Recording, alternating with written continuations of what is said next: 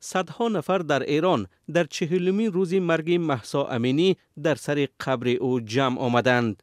امینی 22 ساله را ماه سپتامبر امسال به اتهام نادرست پوشیدن حجاب دستگیر کردند و بعد 3 روز جسدش را به خویشاوندانش دادند. مرگ او تظاهرات عظیم ضد حکومتی را در ایران برانگیخت. اعتراضات در خارج از جمله در آلمان صورت گرفت. مسئولان کاخ سفید میگویند که احتمال در سرکوب تظاهرگران روسیه به ایران مدد میکند. ما از آن در تشویشیم که مسکو میتواند با استفاده از تجربه خود در سرکوب اعتراضگران شیوه‌های مؤثر اداره مردم ناراضی را به ایران مشورت دهد.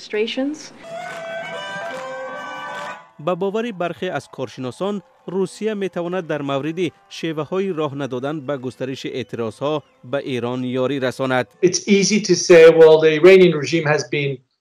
نظام ایران 10 ساله هاست تجربه پراکنده و سرکوب اعتراضها را دارد. آنها به کمک روسیه ضرورت ندارند، اما چیزهای دیگری است که روسیه میتواند با پیشنهاد آن به نظام ایران کمک رساند. مثلا در مورد محدود کردن دسترسی مردم به اینترنت و فناوری‌های دیگر.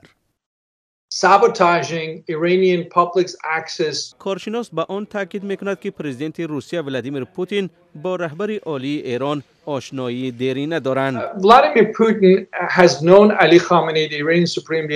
ولادیمیر پوتین علی خامنه‌ای رهبر عالی ایران را 22 سال باز میشناسد.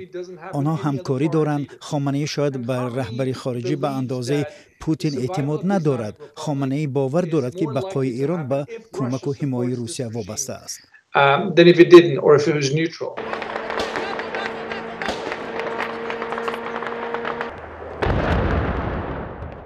ایالات متحده، بریتانیا، اتحاد اروپا و اسرائیل تصدیق کردند که روسیه در حمله به خانه‌ها و زیربنیادهای مهم اوکراین از پهپادهای ایرانی استفاده کرده است.